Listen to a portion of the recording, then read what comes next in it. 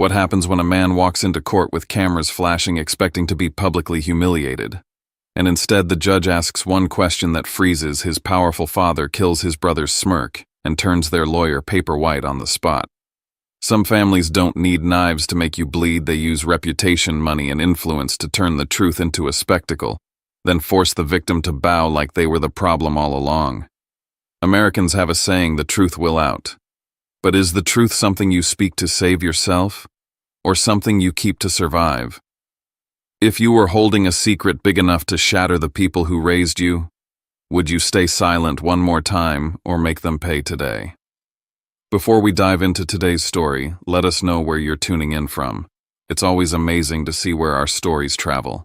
Don't forget to subscribe so you won't miss the next twist in this journey.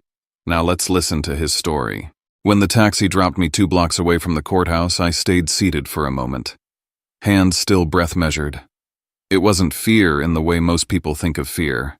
It was calculation, the kind that tells you to walk instead of being dropped at the front to control what they get to capture. I stepped out. The air in downtown Atlanta had that crisp bite you get in early winter, the kind that wakes up nerves you didn't know you had. The moment I rounded the corner, it hit me, the clatter of cameras, the stab of questions from behind velvet ropes and tripods. Mr. Hollowell, did you burn through $2.4 million of your brother's money? Is Aegis Gridworks a shell company? Are you dodging creditors with a fake DOE contract? I didn't flinch, I didn't slow, I didn't give them the soundbite they came for. Not today.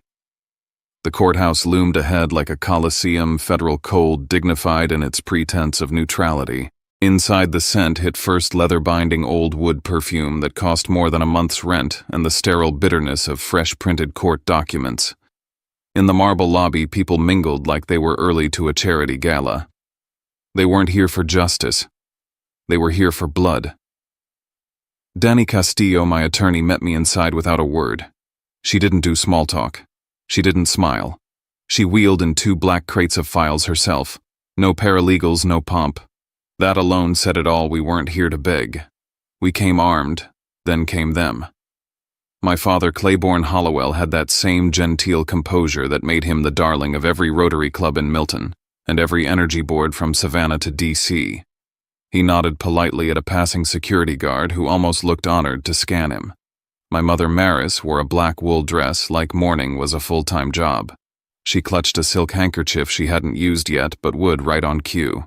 My brother, Rhett, was immaculate as always. Trimmed beard, pocket square that matched his socks. He wasn't nervous, he was savoring it. The man who once texted me family first was smirking like he was already toasting my funeral. And then there was their mouthpiece, Sutton Pruitt. Theater kid turned courtroom showman.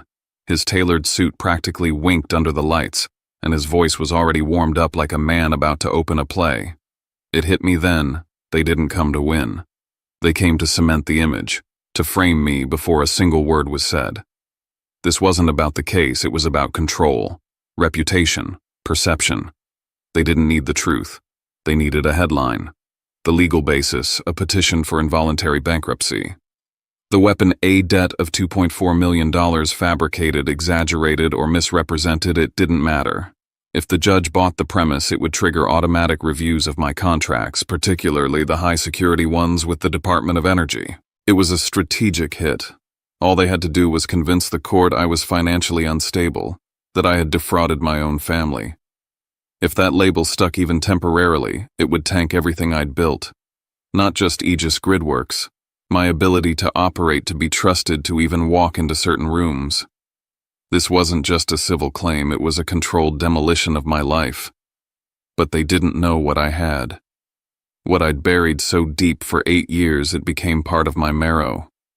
The thing I built when I disappeared. The way I restructured every public trace of my name. The firewall I embedded between myself and anyone who shared my blood. If they triggered the wrong clause, the fallout wouldn't be a scandal. It would be federal. Still, I didn't breathe easy. Because secrets only matter if you play them at the right time. And in a room built to manipulate silence, timing is everything. Danny pulled me aside before we entered the courtroom. She looked me straight in the eye and said in a low voice, "They didn't just file a lawsuit. They wrote a narrative. One meant to bury you. I looked past her. Rhett was laughing at something Sutton had said. Hands in his pockets relaxed. He caught my eye, and that smirk didn't even twitch. As I pushed open the heavy doors into the courtroom, it didn't feel like walking into a hearing. It felt like walking toward a firing squad. And I had one shot. Let the judge ask the right question, and the whole thing would collapse. I barely noticed the marble benches filled with suits, heels, pearls, faces I half recognized from boardrooms, charity galas, and Christmas cards we never meant to send. Friends of the Hollowells, colleagues, observers, gossip feeders. They weren't here to support, they were here to witness. Sutton rose like he was taking a Broadway stage. He didn't open a file. He didn't cite a statute. He just started telling a story. Your Honor, he began, voice smooth as silk. Today is not about vengeance. It's about responsibility. He painted me as a reckless son driven by ego, seduced by Silicon Valley dreams, prone to risky ventures under the illusion of genius. He said I begged Rhett, my dependable older brother, for $2.4 million to bail out a startup I couldn't manage. That within 6 months the money was gone. That I'd refused to account for it, claiming I had government contracts that somehow justified the loss. And now I was dodging repayment by hiding behind legal smokescreens. It was a performance, and my family perfectly cast. Maris dabbed her eyes with that silk handkerchief at just the right moments. Claiborne sat as still as marble, the picture of dignified disappointment. Rhett. He smiled gently like he pitied me. Sutton didn't just want repayment. He wanted blood. He requested the court recognize the debt as valid. He requested the corporate veil be pierced so my personal and business assets were fair game. He requested that a trustee be appointed to assume control of Aegis Gridworks in the interest of protecting creditors. I wanted to speak. God, I wanted to stand up and yell, there was no transfer. There was no wire. You're lying. But Danny placed her hand lightly on my wrist. Not yet. They want you emotional, she had warned me. Because if you lose composure, they win the headline, Hollowell's son melts down in court. And no one reads past that. So I sat, stone-faced. Because in a room full of actors, silence was my best weapon. Then Danny stood, and the tone shifted. She didn't argue the narrative. She dismantled the foundation. If there was a $2.4 million loan, she began, where is the bank trail? If there was a legitimate investment agreement, we should see notarized documents, routing numbers, signatures, dates, independent witnesses. If Aegis is a shell company, then why does it have delivery logs and independent audit trails from third-party vendors, including correspondence with federal agencies? She rolled over the first cart. It hit the floor with a heavy thud. Dozens of binders inside. Evidence. No stories. No tears. Paper. And that's when Sutton faltered. Danny opened one of their exhibits, alleged proof of a wire transfer. There's a discrepancy in the routing ID, she said calmly. It doesn't match the originating bank. She flipped to a timeline. And the date of this supposed transfer, it doesn't correspond to any recorded capital injection in the company's history. The courtroom didn't gasp, but the energy shifted. Sutton looked to Rhett.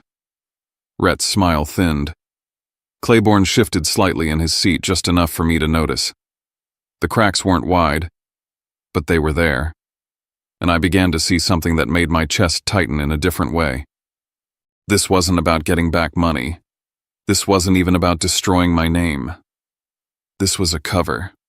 A performance hiding something far more volatile. Something they couldn't afford to let anyone find. I leaned back in my chair, heartbeat steady. Maybe they thought I was still the kid who'd run from a family name. They forgot what I'd been building all these years. They forgot I know how to wait. And they forgot I don't swing unless I know exactly where to hit. The moment we stepped out of that courtroom, the city of Atlanta felt colder than it should have been. Maybe it was the wind slicing down from the glass towers overhead, or maybe it was just the chill of knowing the people who raised me had signed and sealed a death sentence on my name wrapped in family smiles and notarized lies. Danny walked beside me in silence, her face unreadable, but I could feel the gears turning in her head. We didn't speak until we reached her office, where the windows were tinted against the world and the war room was already humming with quiet intensity. 13 bankers' boxes sat stacked like sandbags in the corner. Evidence, facts, paper wounds. Judge Corinne Halbrook had said little before recessing, but the tone in her voice had shifted. She was no longer listening like an outsider to a domestic tragedy. She was now reading like a prosecutor about to discover the rot. "Did you see her hand?" I asked Danny as we sat down. She nodded. Your mother froze for just a second. That second was enough. Because when Danny laid the signed agreement on the table in front of Judge Halbrook earlier that day, she hadn't just challenged the content of the contract, they'd challenged its very bones. The seal of notarization sat on the bottom corner like a quiet landmine. And the name embossed in that seal, Maris Hollowell. My mother. It was embossed cleanly, dated properly, indexed against a notary number that matched her old licensing records. It was either real, meaning she'd knowingly helped legalize a document designed to dismantle my life, or it was forged with tools only a family insider would have access to. Either way, their story broke. Victims don't notarize weapons, not against their own children. I'd watched my father lower his eyes as if someone had shut the lights inside his skull. I'd watched Rhett's smile waver for the first time since this circus began. Sutton Pruitt, their mouthpiece, had started rifling through his folders with the sudden panic of a man who realized his act was leaking from the seams. But I said nothing. I didn't need to. I'd waited 8 years for this moment. 8 years of silence. 8 years of keeping Aegis off the radar of building contracts with federal agencies under cloak and dagger conditions. 8 years of setting up infrastructure that could withstand storms, cyber attacks, grid collapse, everything but betrayal from my own blood. And now, with one misstep from their side, the stage lights were swinging away from me and toward something else. Something uglier. Something darker than a debt. Danny didn't say much as she sifted through the documents again. Instead, she adjusted the strategy in real time, restructuring the narrative, priming the judge's suspicions. Not with accusations, with patterns. The notary seal alone is enough to raise questions, she murmured. But when paired with the banking anomalies we exposed earlier, they'll say it was an oversight. Or that she didn't understand what she was stamping. She was a compliance officer for over a decade, wasn't she? I nodded. Until she retired the year I disappeared. And now she's weeping on command in federal court. Danny exhaled sharply. I don't think Judge Halbrook will buy it anymore. But Danny wasn't done. She was aiming higher than rebuttals. She was laying track for one decisive moment, the kind that couldn't be spun, sobbed through, or smeared. Let her ask, Danny muttered. Let Halbrook be the one to raise the question. What question? Who benefits if you're discredited? I sat back, chest tight. That question wasn't just legal. It was moral. It cracked through the pretty sheen of family drama and exposed the machinery underneath. They didn't want their money back. They wanted me disarmed. And the moment the judge realized that, the mask would drop. We left Danny's office just after dusk. Atlanta was wearing its evening lights like armor gold reflections off glass traffic weaving through shadows. I drove alone, windows down, thinking about how quickly a courtroom can turn into a crime scene. Not with blood, with silence, with misdirection, with names on dotted lines that were never supposed to be there. I arrived at Aegis headquarters around 8:30 p.m. The security gate recognized my license plate and buzzed me in. I parked in my usual spot but didn't get out right away. The building in front of me had always been a fortress built from grit, designed for resilience. But tonight, it felt like something else. Like a vault that had been cracked open from the inside. Inside, the lights were still on. A few staffers lingered, project managers, engineers, our compliance lead. Familiar faces, all of them. People who'd stayed up nights to meet deadlines. People who'd trusted me enough to follow when I said, keep your heads down. It's not time yet. But someone had talked. Someone had leaked internal deployment code names. Someone had slipped classified phase schedules into the enemy's hand and made forged documents look real. And that someone wasn't outside the building. that someone was here. Earlier at Danny's office, she and her forensic team had laid out everything. Routing inconsistencies, watermarked anomalies, transaction formats that matched my father's company's internal ledger structure, a system I hadn't had access to in almost a decade. It was too precise to be random, too clean to be desperate. And worse, the forged files included a term, Stage Delta Huron Node Sync, that had only appeared in an internal memo between my engineering team and a DOE contact 6 months ago. It was never shared, never printed, never emailed. The only way it could have appeared in the legal documents was if someone on my team gave it to them. That was when Danny said it flat out. "You've got a rat." I stared at the list of names again, dozens of them all tied to Aegis at various levels. And then my eyes stopped on one. Calder Knox, mid-30s, joined 6 months ago from a private contractor in Alpharetta. Sharp, well-spoken, handled project timelines and internal comms. Too clean, too quick, too confident. But I couldn't accuse him not yet. If I moved too soon, I'd lose the one chance I had to prove not just forgery, but espionage.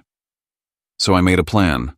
I wrote a memo, an internal-only document marked strictly confidential, do not share. In it, I listed a fictitious deployment update, a midnight relocation of hardware assets to a test facility in Macon. Something just believable enough to tempt a leak. Then I waited. I walked through the halls that night like a man with sand in his shoes, every step weighted with the knowledge that someone I'd hired, mentored, maybe even had dinner with, was betting against me. Back in my office, I locked the door, sat at my desk, and stared at my own reflection in the glass. They didn't sue me to get their money back. They sued me to shut down my contracts, to trigger clauses that would halt funding, to force a receivership, to make my silence permanent, not because I owed them anything, but because I was the only thing standing between them and whatever they wanted behind that curtain. And now I was going to let them take one more step. Because the next email they send, the next whisper they deliver will be the one that ends them. All I have to do is sit still and wait for the sound of the trap snapping shut. I called it a briefing, but I knew exactly what it was. A trap. The glass-walled conference room at Aegis shimmered under the morning light, and one by one my leadership team filed in 6 of them. Danny told me to act calm, act distracted. But it wasn't an act. My stomach was in knots. Every person at that table had been handpicked by me, trusted by me. And now I had to look at them the way you look at a room after someone's been poisoned, wondering who held the vial. Calder Knox walked in last. Always a beat late, always scanning. I let out a slow breath and started the briefing. "Court's pressing. If this drags out and the judge approves a freeze, we may have to move quickly," I said, voice low, tired. I left the shadows under my eyes uncorrected on purpose. That includes server racks, code backup, sensitive equipment. No one spoke. I continued. "I've prepped a contingency relocation plan. Out of state, Chattanooga, possibly Huntsville." That did it. Heads turned. Calder tilted his head slightly like a dog catching a whistle. "But we don't send this over email," I added. "No Slack. No texting. This is tight-lipped. I've printed physical copies with the addresses. 1 per person. Destroy after review." They nodded. Calder didn't. He raised his hand slightly. "Is this legal, moving digital assets across state lines mid-proceeding?" I kept my gaze flat. Nothing's being moved yet. It's just contingency planning. But he was already looking down at the paper, fixated on the address like he needed to memorize it. I marked the time, 9:41 a.m. The meeting ended at 10:06. Most of the team dispersed through the front hall. Calder didn't. I watched from behind the glass wall as he took a call in the parking lot. Not near his car, not near the building. Out in the open, pacing. He thought I couldn't see. But he wasn't watching the reflection in the glass. By noon the next day, Danny's voice cut through the speaker on my phone like a blade. They filed for a TRO. My heart thudded. Based on what she didn't even pause. They claim you're trying to offload or relocate digital assets across state lines.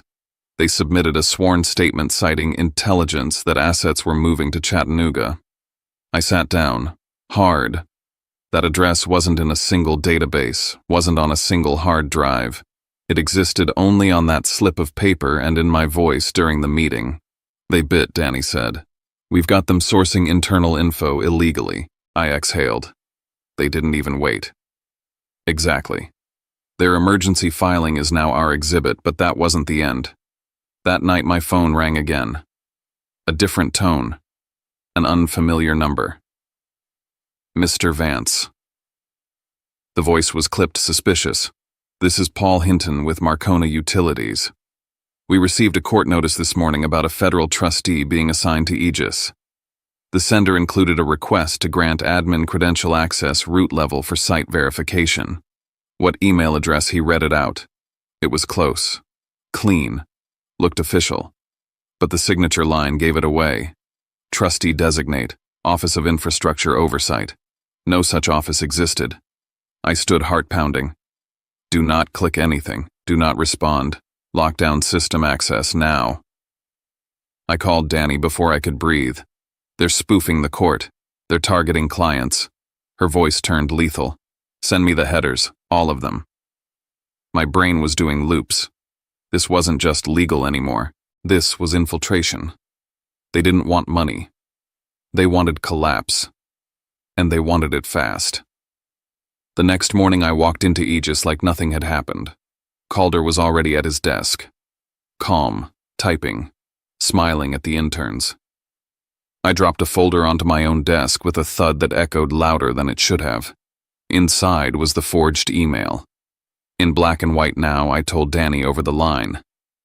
And it's going to court. She paused for a long second. Then good. Print that. And don't just bring it. Slam it. I didn't answer right away. I was still watching Calder through the glass. He looked up. He didn't smile. Camera flashes started the moment I stepped onto the courthouse steps. The first time this happened, I'd flinched, wished for vanishing powder. But not today. Today I walked through the chaos like a man carrying something breakable because I was. And what they'd tried to break wasn't just me, but my company, my people. Rhett stood near the door, hands in his pockets, playing casual. My father was schmoozing someone in a tan suit. My mother wore gray, her eyes glossy again. I didn't look at them. Danny met me inside the lobby, jaw set. No contact, eyes forward. We're not giving them a damn second. The courtroom felt colder this time. Not by degrees, by intent. Sutton rose first. Same script. Like nothing had changed. Your Honor, we reiterate our petition. The respondent has misused company funds, owes $2.4 million to family creditors, and is attempting to relocate key assets to avoid judicial oversight. No one interrupted him. Danny folded her hands in her lap. Let him talk, she'd said. Let them walk into the buzzsaw on their own feet. Then Judge Halbrook looked up from the case file and turned to me. Mr. Vance, she said, voice clean, deliberate. Is Aegis Gridworks currently operating under contract for any project monitored or regulated under federal infrastructure oversight? I didn't blink. Yes, Your Honor. Just like that, the room shifted. My father froze. Sutton opened his mouth and shut it again. Rhett's chair creaked as he leaned forward, the blood draining from his face. Halbrook closed the folder in front of her. Then let me ask this again, she said now to Sutton. Are you petitioning this court to seize operational influence over a federal infrastructure contractor based on a private family dispute? Sutton's voice cracked. We're merely seeking restitution that would trigger a freeze, she cut in, on a regulated project's operations. He stammered, tried to redirect. We had no knowledge, she cut him off again. Then you petitioned in ignorance, or you petitioned recklessly. Either way, the implications are now different. Danny stood calm as a surgeon. Your Honor, if I may, I have exhibits. She handed the first set to the clerk. Inside, routing numbers that didn't check out, mismatched signatures, and a notarization stamp registered to Maris Hollowell, expired for 3 years. My mother gasped. Soft. But the kind of sound you don't make unless you recognize the stamp. She tried to correct. It was an old stamp I didn't realize too late. Danny continued. Furthermore, we have an email. The judge raised an eyebrow. This was sent to a client of Mr. Vance's company. It impersonates a federal trustee, requests sensitive system credentials, references a location we now confirm was fabricated by Mr. Vance as part of an internal information leak test. She handed that over too. The judge took her time reading. Her jaw tensed as her finger paused on the phrase Chattanooga relocation. Then she looked up. You made this up, she asked me directly. I did, I replied. It was never real. It was bait. And they used it. I nodded. In a sworn statement, and in a fraudulent attempt to deceive our client. Silence fell. No air, just stillness. Clerk Judge Halbrook said, voice suddenly sharp. Seal the room. No one in or out. The bailiff moved faster than I expected. Halbrook turned back, expression changed. This is no longer a simple bankruptcy matter. This is a pending evidentiary hearing involving fraud, forgery, impersonation of a federal officer, and potential interference in federally monitored infrastructure operations. I didn't move. My father stared at me like he'd never seen me before. And maybe he hadn't, because this time I hadn't just survived. I'd pulled the trigger, and the shot was still ringing. The war room in Danny's office was lit by nothing but the glow of red pins and laser focus. No one slept. No one joked. The timeline we'd pinned across 2 whiteboards had grown teeth because every string we pulled now led back to someone I trusted. Everything converges here, Danny said, tapping the triangle-shaped section she'd drawn, 3 columns forged, documents, leaked information, and motive. But we can't use emotion in court. We need clean links. We need one undeniable source. She handed me a checklist. Server access logs, security camera footage, badge swipe data. I knew what she wanted, digital footprints to back what we'd started piecing together, an inside leak, and I had a name in mind. At 1:43 a.m. I was inside Aegis HQ in the restricted hallway near our secure printers.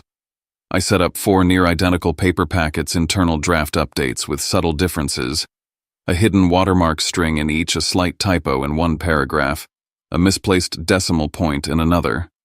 Each folder went to one person. Hand-delivered. Signed for. One of them was Calder Knox. If any of this shows up in opposing counsel's filings, I told Danny, we'll know exactly who sold us out. Let's not just catch him, she said. Let's catch the one who placed him here. The next afternoon, Danny called me in. She didn't smile. They used your typo, she said. The one in Calder's copy. She slid her laptop around. The attached exhibit from the opposing counsel's latest motion had the exact same misplaced decimal and watermark string baked into the document metadata. On top of that, the print time matched Calder's badge swipe into the secure hall. I didn't feel rage. Not at first. Just this hollow ache. Calder had been with us since almost the beginning, his resume clean, his demeanor calm, his loyalty a performance. He hadn't just betrayed a business. He'd chipped at something I had rebuilt from blood. I gave him a chance, I muttered. He was never meant to be one of them. We didn't confront him with yelling or threats. Danny said no. No texts, no leaks. We follow protocol. This becomes admissible. We're not playing petty. We're going to win clean. So we staged a meeting, HR company counsel and a forensic analyst present. We invited Calder to explain his unusual login patterns. He cracked halfway through. The moment we brought up the badge logs, he started losing color. He hadn't applied to Aegis through the normal route. He was recommended by someone in finance. Someone from Milton. Danny looked up. That's your father's circle. That changed everything. Calder wasn't just a leak, he was planted. Someone greased the wheels to get him inside before we even knew there'd be a war. That night I got a text from my father. Sit down with me. No lawyers. Let's end this before you make it worse. I met him halfway at a dark parking garage near West Ponce. He stepped out of his SUV like nothing was burning, like our family name wasn't on the edge of public collapse. "I know what you're holding," he said. "You don't have to drag that through the mud. We can still fix this." He didn't mention money. He talked about legacy, about what a name means, about the things sons shouldn't expose. And right then I knew the truth. They feared that document more than losing the case.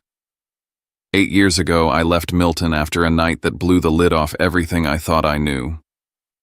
I packed one thing in the glove box of my truck, one thing I swore never to use unless they tried to destroy me, a notarized file, something that would crumble the public image they curated. I disappeared. Changed the company name. Hid ownership. Buried myself in concrete and infrastructure because if I looked back, I'd fall apart. Now I had to unlock that vault. Before dawn, I sat across from a woman I hadn't seen in years, Sherry Lane, my father's former operations manager. She'd reached out after seeing the court coverage and hearing a name she never thought would resurface. She handed Danny a folder. I was told to delete this file 8 years ago. I didn't. Something felt off. I thought, maybe one day he'd need it. Inside was a breakdown of asset transfers, one routed through a shell company, the other tied to my original inheritance paperwork. There were signatures. There were timestamps. And there was Rhett's name in an approval box. He'd known. We finally had the thread. My secret no longer stood alone. That evening, Danny looked me dead in the eyes. "If you put this into evidence," she said, "it becomes public, irreversible. Are you ready for that?" I nodded. Not out of revenge, out of necessity. They already crossed the line. Now they face what they built.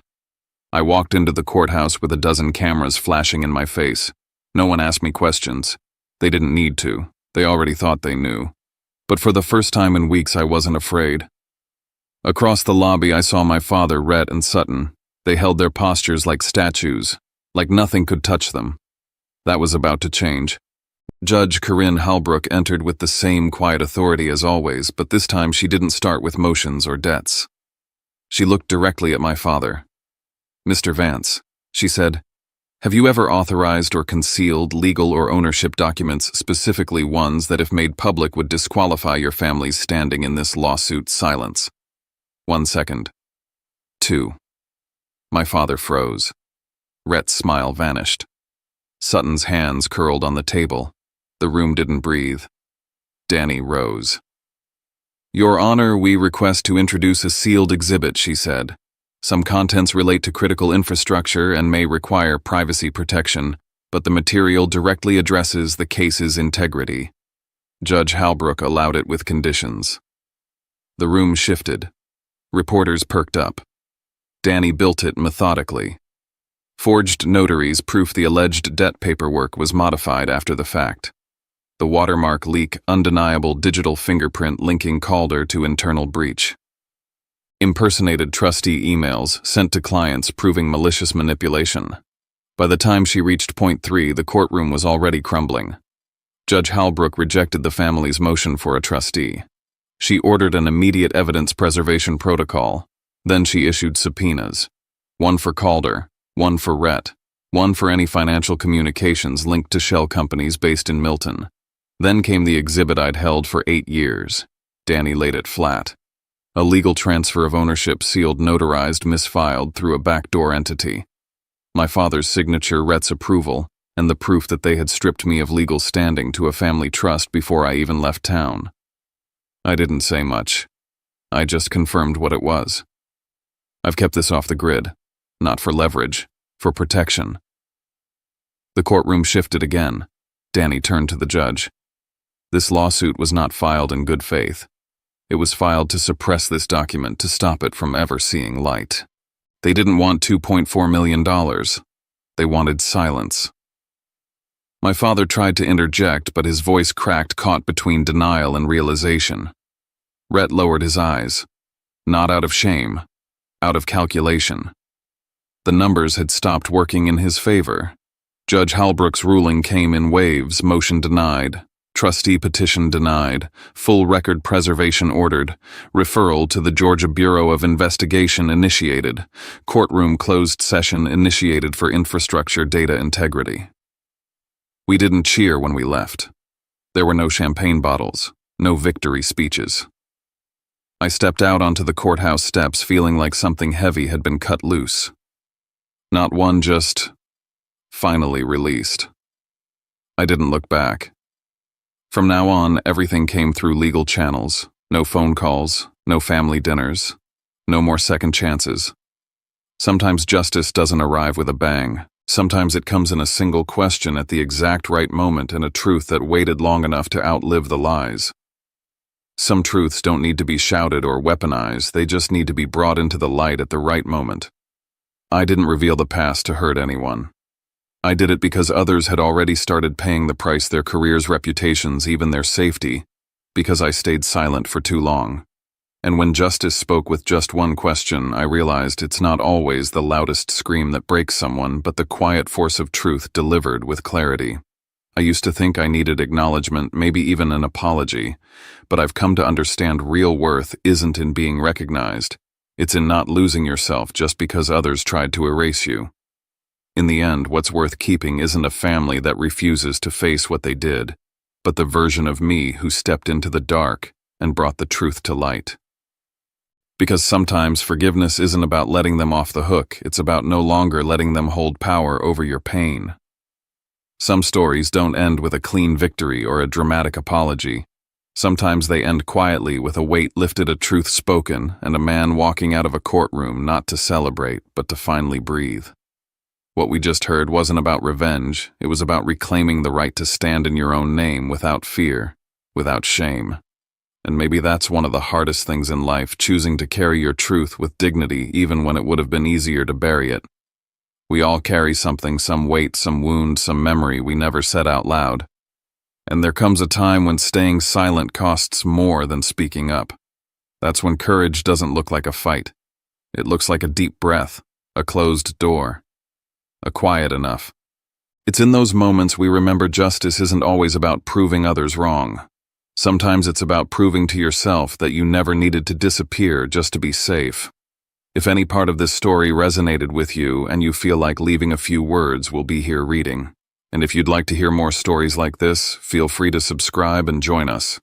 We're building something quiet but strong here. Until next time, take care of yourself and we'll meet again soon.